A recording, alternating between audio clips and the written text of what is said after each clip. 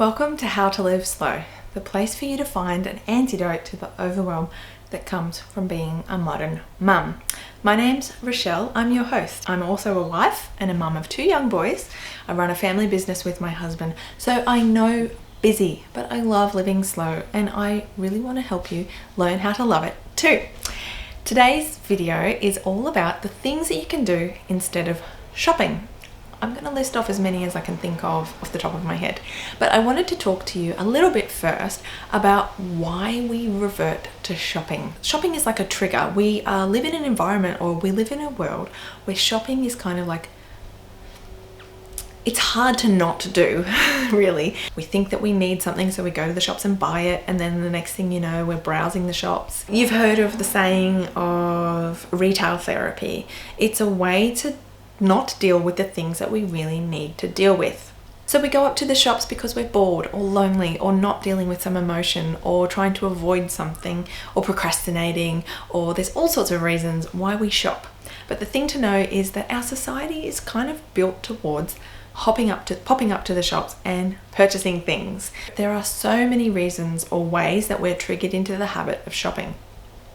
Something to know about habits is that there is a trigger, a routine, and a reward. So we're triggered by the fact that we're feeling emotional and we need some retail therapy. So the routine is we go to the shops, we browse, and we buy something that we do or don't need.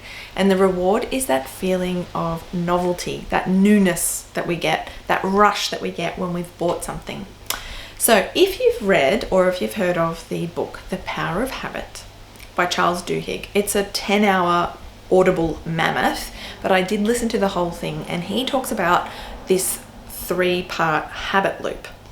And he says that the best way to change a habit is by keeping the trigger, changing the routine, and keeping the reward. So what is it about the routine that leads to the reward? Now with shopping, the reward is that rush of novelty or that rush of fulfillment, and it doesn't last very long, but the trigger are very many and varied. So what we can do is think of things, and I'm going to list off a series of things that you can do that will give you that same novelty rush that you get from shopping, that don't involve spending money, don't involve buying things you don't need, and don't add to the clutter that you've worked so hard to reduce in your home. You can experience that kind of purchasing, that shopping rush, by doing something new, by trying an experience, by learning something, and these are the kinds of things that you can do. You can go for a walk in a new location, you can hike up a mountain you've never been up before, you can do a puzzle, you can put things up for sale on Gumtree, you can call a friend you haven't spoken to in a long time, you can play a board game, you can go to the library, you can tidy out your closet and find some clothes at the back that you haven't worn in a while and put them at the front. And make something. This could be a painting or something out of clay, or try a new recipe, rearrange your furniture. You can make a picnic and take it somewhere and eat a picnic dinner in a different location than you normally would. Tidy out the car and take a nap, babysit your friends' kids, listen to a podcast, meditate, read a book, learn a language, tidy up the apps on your phone, go through your photos, start a blog, a YouTube channel, hint hint, leave groups on Facebook that you no longer participate in.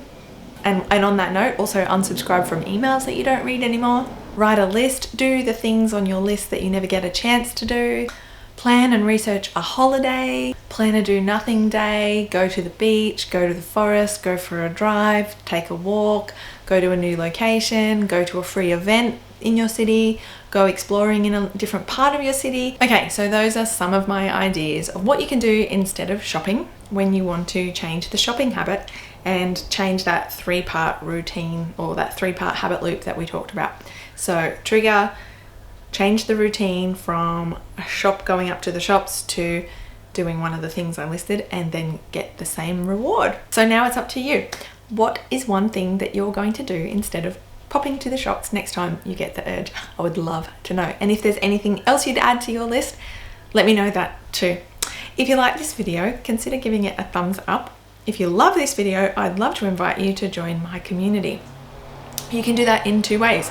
The first way is by hitting the subscribe and bell notification buttons down below, and YouTube will let you know when new videos go live.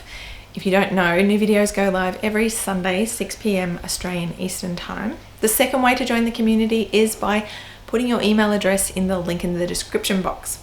That way I'll be able to send you email updates letting you know when new videos go live. If you haven't already watched, I have a video on creating a family purpose statement. I've got a worksheet for that you can grab. I'll send that to you as well.